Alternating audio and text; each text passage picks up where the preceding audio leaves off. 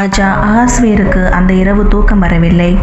அரண்மனை முழுவதும் அமைதியாக இருந்தாலும் ராஜாவின் உள்ளம் அமைதி இல்லாமல் இருந்தது. நேரத்தை கழிக்க முன்பு நடந்த சம்பவங்களை நினைவு கூற விரும்பினார். ஆகவே அரச சபையின் வரலாறு எழுதப்பட்டுள்ள நினைவு புத்தகத்தை கொண்டு வந்து வாசிக்க சொன்னார். அந்த புத்தகத்தில் ஒரு முக்கியமான நிகழ்வு வாசிக்கப்பட்டது. ராஜாவை கொல்ல சதி செய்த 2 அரண்மனை அதிகாரிகள் பிக்தானாவும் தேரேஷுவும் பற்றிய தகவல்கள் அதில் இருந்தது. இந்த சதியை யூதனாகிய மொர்தெகாய் வெளிப்படுத்தி ராஜாவின் உயிரை காப்பாற்றினான் என்பதும் அதில் பதிவாக இருந்தது. இதை கேட்ட ராஜா ஆச்சரியமடைந்தார்.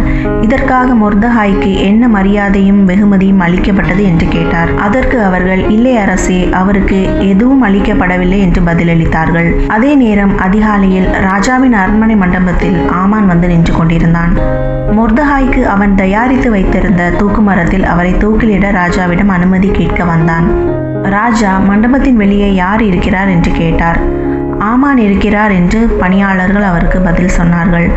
ராஜா அவனை உள்ளே வர சொன்னான். ஆமான் உள்ளே வந்ததும் ராஜா அவனை நோக்கி, ராஜா மகிழ்வித்து கௌரவிக்க விரும்பும் மனிதனுக்கு என்ன செய்யப்பட வேண்டும் என்று கேட்டார். இதை கேட்ட ஆமான் அந்த மரியாதை தனக்குத்தான் என்று எண்ணி பெருமிதத்துடன், ராஜா கனம் பண்ண விரும்புகிற மனிதனுக்கு ராஜாவின் வஸ்திரமும் ராஜா ஏறுகிற குதிரையும் அவர் சிறுசிலை வைக்கப்படும் கிரீடமும் கொண்டு வந்து அவனை குதிரையில் ஏற்றி நகரத்தின் வீதியில் உலாவும்படி செய்து, ராஜா அரண்மனையில் உயர்ந்த அதிகாரிகளின் ஒருவனை அவனுக்கு முன்பதாக சென்று நகரத்தில் அனைவருக்கும், ராஜா கௌரவிக்க விரும்பும் மனிதனுக்கு இப்படியே செய்யப்பட வேண்டும் என்று நகரம் முழுவதும் அறிவிக்க வேண்டும் என்று சொன்னான்.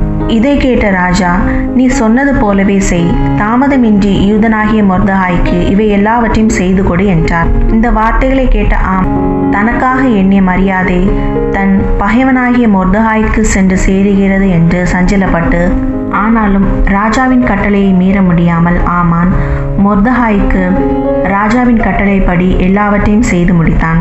சற்று முன்பு அரண்மனை வாசலில் தாழ்மையோடு உட்கார்ந்திருந்த மொர்தெகாய் இப்பொழுது ராஜாவின் மகிமையுடன் மக்களால் பார்க்கப்பட்டான். ஆனால் அவன் எந்த பெருமையும் கொள்ளவில்லை. திரும்பவும் அரண்மனை வாசலுக்கே திரும்பி சென்றான். ஆமான் மட்டும் துக்கமும் அவமானமும் நிறைந்த மனதுடன் தன் வீட்டிற்கு விரைந்து சென்றான். தலையை மூடிக்கொண்டு நடந்த அனைத்தையும் தன் மனைவிக்கும் தன் நண்பர்களுக்கும் சொன்னான். அதை கேட்ட அவர்கள், மொர்தெகாய் யூத வம்சத்தை சேர்ந்தவன், அவனை எதிர்த்து நீ வெற்றி பெற மாட்டாய், நீ அவன் முன்பதாக விழத் தொடங்கிவிட்டாய் என்று சொன்னார்கள். அவர்கள் பேசிக்கொண்டிருக்கும் போதே ராஜாவின் ஊழியர்கள் வந்து ஆமானை அவசரமாக அழைத்து சென்றார்கள். எஸ்தர் தயார் செய்திருந்த விருந்திற்கு ராஜாவுடன் சேர்ந்து வரும்படி அவனை அழைத்தனர்.